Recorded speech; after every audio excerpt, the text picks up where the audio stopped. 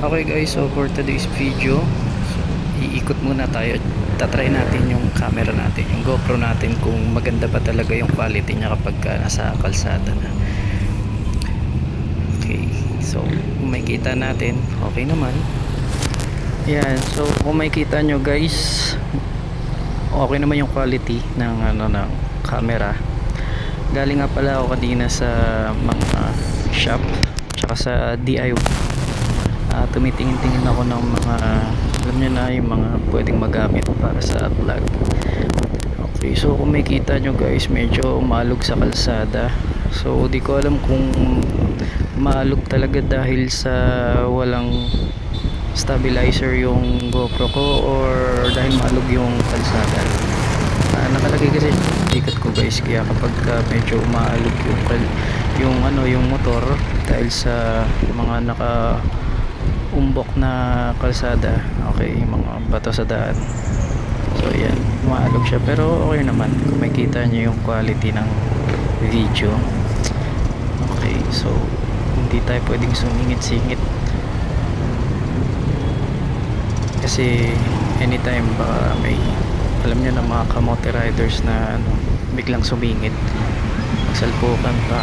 At the same time, nasa tamang right naman tayo, tamang right tuloy, tamang way, okay, tamang lane. Ayan. So tamang lang, oops, ayun, may kamote riders biglang sisingit. So ayun yung mga talagang hindi natin expected na pwedeng mangyari, yung may mga kamote. And then may palamigan dito so break time muna tayo, medyo nakakauhaw din kasi.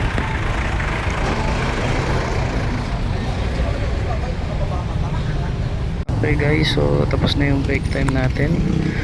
Try natin ulit kung magiging okay ba yung quality ng video natin, or depende lang talaga sa kalsada.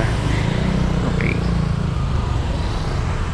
minsan malalaman din kasi natin kung maganda yung kalsada, kung okay yung, alam mo na, yung video hindi maalog. Okay, so ayusin lang natin yung mga side mirror natin. Okay, ready na, let's go guys. So tingin muna tayo sa paligid bago tayo mag start.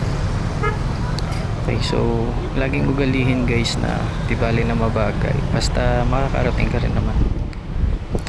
So kung makikita nyo guys, medyo smooth dito, no? Minsan talaga depende na rin talaga sa kalsada smooth yung kalsada dito, unlike kanina. Hindi siya masyadong maalog, medyo pantay yung kalsada dito, ganda. Medyo maluwag yung daan, no? Pero kahit maluwag, dahan-dahan lang tayo, mahirap na. Masyadong maliit yung kalsada, hindi natin alam kung saang part mayroong sisingit or biglang may tatawid.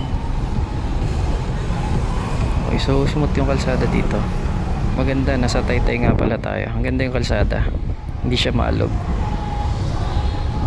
Yun, smooth lang. Okay, so nakadepende talaga sa kalsada kung maalog o hindi. Smooth lang. So yun lang guys, kung gusto mo pang sumama sa mga biyahe natin, so huwag mong kalimutan guys na kalabitin yung katabi mo. Joke lang, kalabitin yung mga button dyan. So di ko na sasabihin, alam nyo na yun guys. Okay, so starting pa lang naman to ng video natin, ng vlog natin. So marami pa tayong iikutin. Okay, so yun lang guys. See you next vlog. Bye bye.